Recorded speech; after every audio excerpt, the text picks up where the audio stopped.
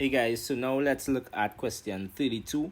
Question 32 says, in how many ways can the letters P, Q, R, S, T, U, right? So in how many ways can these letters here be arranged so that the T and the U are always together? So when you think about arrangement, you're thinking about permutations, right? But they want us, there's a permutation with a restriction. That's key to note. It have a restriction. The restriction is that they want the T and the U to be together. So we have P, Q, R, S, T, U. So we could treat, we could treat, here what we could do. We could treat this, right? We could treat this guy here as an element. We could treat this guy as an next element. We could treat this guy as the third element. We could treat this as the fourth, and we could treat this whole thing as a fifth. And we could arrange all of these because we know with regards to permutations of n distinct objects, you could write is given by 5 factorial n factorial, because we have five letters here, or we considering it as 5 letters, right? Because we say in the T and the U is 1 because they have to be together.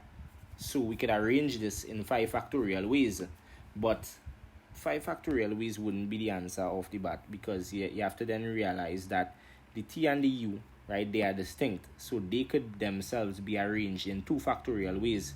So you need to then multiply that by 2 factorial, which is the same as 2, right? So it's 5 factorial by 2 is the answer, and that is basically it. All these terms are distinct, so you don't need to divide by anything. You have no repeated terms, so like this is incorrect, because this setup is more for like when you have repeated terms. It wouldn't just be 5 factorial, because the T and the U could be can be arranged themselves.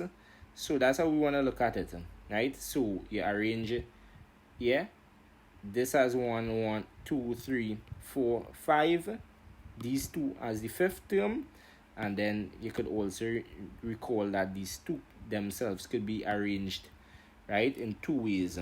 So that's how you get this, guys. D would be answer here in this particular question. So with that said, I hope you all understood the solution to this one. This is a pretty straightforward one. It's a permutation type question.